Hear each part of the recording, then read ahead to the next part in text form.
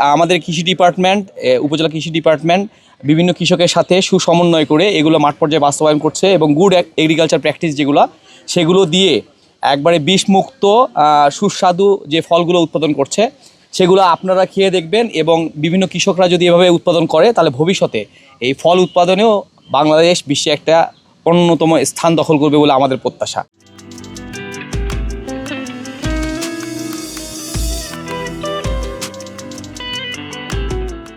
বাংলাদেশের প্রত্যেকটি উপজেলায় এবং জেলা পর্যায়ে এই ফল মেলা অনুষ্ঠিত হচ্ছে। তো রানীশঙ্কলে আমাদের এই মেলা 3 দিনব্যাপী উদযাপন হবে। আজকে সেইটিরই শুভ উদ্বোধন করলেন আমাদের সুযোগ্য উপজেলা নির্বাহী অফিসার মহোদয়। তো আসলে আমরা এই মেলাটার আয়োজন করেছি শুধুমাত্র কয়েকটা বিষয়কে টার্গেট করে, সেগুলো হচ্ছে যে কীভাবে বিষমুক্ত আম উৎপাদন করা যায় সেই বিষয়টাকে আমরা দেখিয়েছি। এখানে যে উত্তম কৃষি চর্চার একটা স্টল দেওয়া হয়েছে এবং আমরা এখানে বিভিন্ন জাতের আম দেখানোর চেষ্টা করেছি এবং এখানে বিভিন্ন জাতের ফল, যে ফলগুলো হয়তো আমরা অনেকে চিনি না, সেগুলো আমরা এখানে দেখানোর চেষ্টা করেছি এবং সেগুলোর বৈশিষ্ট্য কী। এবং তারই সাথে আমরা বিভিন্ন প্রজাতির যে ফলের যে চারা, যাতে এখানে কোনো কৃষক বা কোনো শুভাকাঙ্ক্ষী কেউ এসে ফল দেখে উৎসাহিত হয়ে যদি ফলের চারা কিনতে চান, তার জন্য কিন্তু এখানে ফলের চারাও বিক্রি হচ্ছে।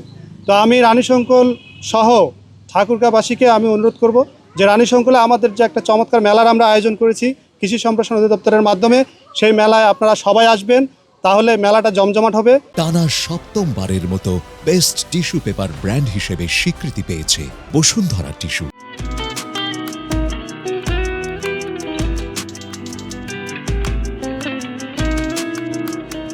সবচেয়ে আজকে ভালো লাগছে, আমিও কৃষি মেলা দেখেছি, কিন্তু এই মেলা আমারও আগে মানে ভাগ্য হয় না, জুটে নাই।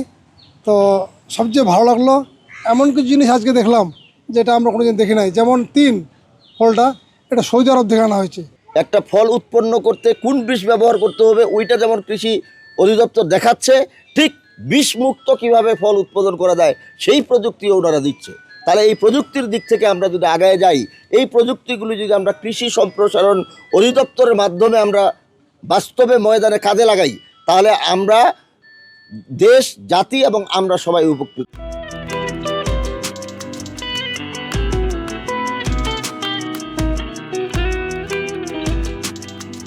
আমি এই মেলায় আসছি, আমাকে মেলাটা খুব ভালো লাগছে। আমিও একটা মেলায় অগ্নিশ্বর কলা নিয়ে তরমুজ কিনলাম, আমার সব মিলেই অনেক ভালো লাগছে।